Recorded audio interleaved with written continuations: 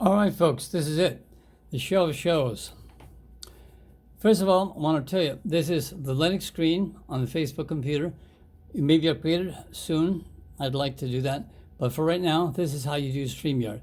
This is the screen you see in Linux. This is version 18.04. This is the bar where all the applications that I've chosen to have shortcuts to exists. This is the version of Chrome that we want to use. This being Linux is not the same one that you might expect. Here's Chromium. Anyway, so here's Chrome, and I'm going to start it.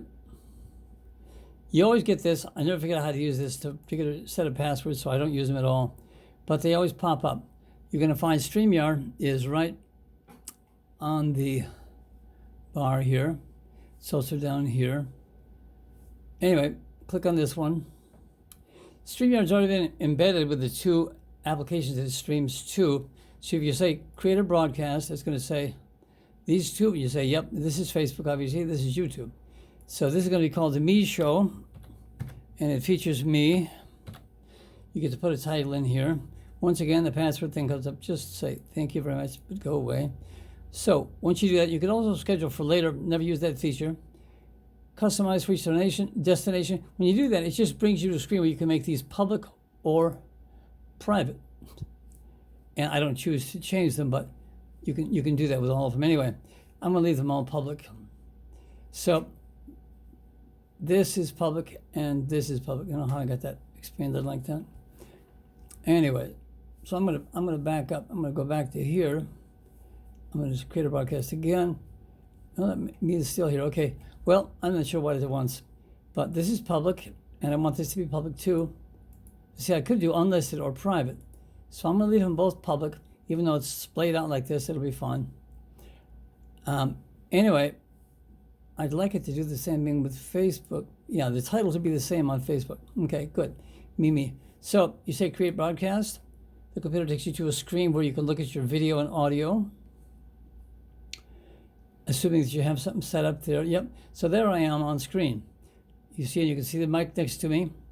And of course, the mic at this point, I've got aux 2 turned down, but when you're playing from this machine, aux 2 is the proper slider to use. As I say, we may move this around in the future, but for right now, aux 2 sits right next to loop, and aux is on the left side. Aux, loop, and aux 2. So I could put a name in here. I'm going to put me in here also. So enter broadcast. Now, if I click on this, say add to stream, there I am. Okay, so that's basically how you use it. I also like a few other features.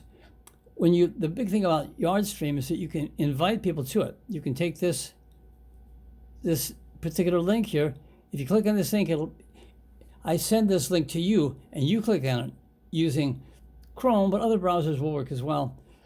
Then it takes you to the bottom here, and you join this session. So I'm going to close this again. I've already asked for it to be copied. I'm obviously not going to do a whole lot more with sending this out tonight, but if I open my inbox, this inbox is pre-logged into, I can send from here to the people I want to get the link. When they click on the link, they'll join me here on StreamYard. That's pretty nifty.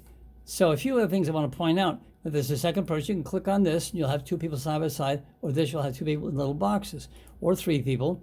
Or if you want to have a screen that you're showing here, for instance, let's say that screen right there was of interest to me. I could say share screen, and I could say thank you very much for that. Application window or Chrome tab. This is a Chrome tab, so I go to this, and I say share. What have I got? My mailbox. Now, that's I'm in the mailbox here, but here I am in StreamYard. StreamYard, I have the choice of seeing the mailbox like this, or like this, or like this.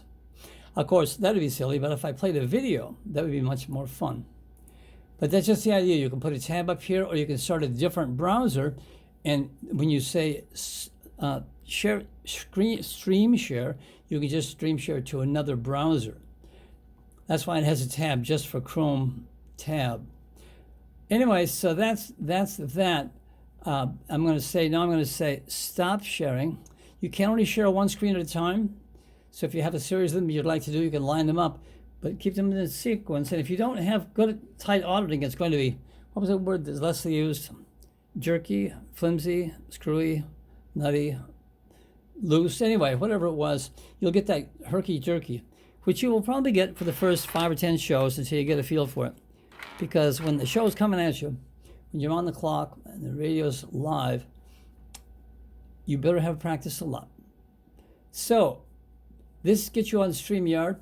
Over here on the right side, we have the comments. This is just typical comments. Like if I took this address here, I wanted to be a part of my comments, I would just copy it, go back here, and paste it. When you hit enter, it goes up here and becomes a comment. That's really nifty. However, if you want to do banners instead, you can click the banners. Here we have a ticker for the phone number on the bottom. Or I could say, show this. What the hell does that do? I forget. Anyway, or you could show this, or you could show this, or you could show this. You can stack these up. You can make them up and display them when you want. So, of course, I recommend using them when you want. Add your zone here. You can create a banner for your own thing. That's banners. There's also a brand. We should get a brand here so we can have that like in the corner somewhere, like a watermark on all of our productions. Private chat, never use that. I guess it goes to the people here on the bottom. I do not know. Settings is where I went in to change the audio so it no longer tried to adjust the volume. Disable audio processing. I also set these to built-in audio analog. For now, that seems to be the place to have it. If you don't do that, you'll find that you'll overdrive. That brings you to another point. This is how you get the show going. That's fine. So if you turn it on YouTube or Facebook and you find that it is distorted, you'll want to go here. I suggest setting this up in advance. As soon as you move the button here that says create the broadcast, that's when these settings jump around if they're going to. So don't worry about this first one. The second one is the input, and you'll see how low it is. That's because the amplifier puts out line level, and this wants mic level. So when I get a better computer or a better card, we'll have a line and a mic level input. We don't now, so we put it way down here on 3.5. It should never move, but should it move, you'll want to make sure that you put it back on 3.5. Sometimes you have to chase it back. It's been pretty good since I changed the settings in StreamYard. Sound effects, you always ignore that one. Applications, each time you add a person down here on the bottom, they're going to add more of these bars. I guess it doesn't necessarily, I don't know how many it adds, but it'll begin to add 1 or 2, and then you'll have some chance of turning down the people individually. I pretty much keep them up, but on the board, of course, aux2 is one group setting. So if you want to tweak the individuals, you could ask them in advance to try to speak in a way that puts them, gives them a little more volume or gives them a balance. Ideally, they'll have a headset and they'll be monitoring themselves. Anyway, so what you want to worry about is applications. This is where they'll stack up. And input, you want to keep this down here. Output volume, you pretty much can have it at the high, but when you have your Facebook monitor on, if you think it's a little pushing it too much, it's overdriven, you can turn it down until it's nice and clear. It's a very personal thing. You'll have to get a feel for it. You'll have to get a feel for it. There probably is a perfect place to put it. I think it probably is pretty much situational, but if you understand how these work, you'll be able to play with them. Don't forget, when you adjust this or this, you have to wait several seconds because when you do Facebook or YouTube, there's a lag. In fact, when you record this right now, it's just looking at me and not taking any particular energy to do that. But when you do this, while you're broadcasting 2 or 3 streams here, it will slow down and you'll find yourself watching yourself having said something a few seconds ago or a few split seconds ago. So this screen is not instantaneous. It is what they feed to StreamYard, and it does apparently take time to compile it, the more complex it gets. So keep that in mind, that sometimes there is a slight lag. So when you adjust volumes, you want to make sure that you give it time. Do it really slow. Give it time to make sure you know where it is, and spot check it occasionally. And of course, while you're here on this, you may also want to be spot checking the butt server. You can wiggle the mouse and see if it's still giving you the same amount of yellow that is to say mild overdrive, that the actual audio line is on the board.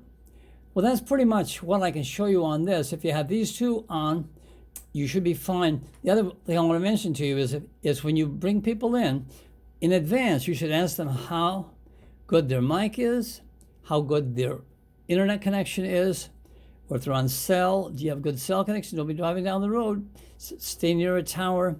And the same thing for Wi-Fi. If you have Wi-Fi nearby, use that over cell, if it's strong particularly, because that gives you a really good signal. We had a guy on from South America recently. He was from up in the mountains in Colombia, and he was very low grain, very kind of remember VGA, below VGA quality. You can still see him, and his voice never cut out. He never cut out, but it was very grainy, and that's the price of having a lower speed connection. But then again, he was thousands of miles away. Who knows exactly what it was? It was a delightful show. We had it on last week. His name is Turner, I think. Anyway, I hope this helps you gain some understanding of this. And should I comb my hair first? I don't know. I'm not professional, you know. I'm an amateur. I do this for love. All right. Well, I hope it helps.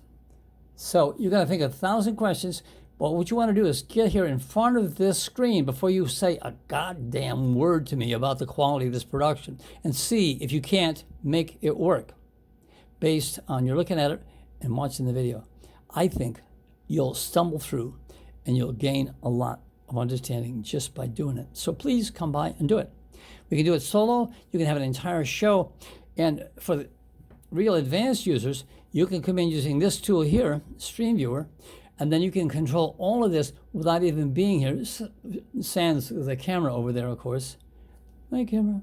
Sans the camera, you'd have all the other things could be stacked along the bottom. You'd be there if you're running the show. If you add yourself, if you're coming through TeamViewer, you will not have a visual here. You'll have the camera pointed at an empty chair, or perhaps you could have a dummy there, or maybe you could have somebody sit in for you. But you could be running the whole thing from here. The only trick is that if I leave the slider up for aux 2, that's fine, but you have to log in with TeamViewer to Loop to turn the volume down before you do that. Now, if you want to turn the volume down, 2 ways to do it. This one, of course, if you have the gear up. But if Lee doesn't have the gear up, you can go right up here and click on this, and you'll see this volume control right here. Anyway, you get the picture. That's basically it. You can also turn the mic up here. I wouldn't touch that because I think that's the same as input here. So, well, that's it. That's your short course.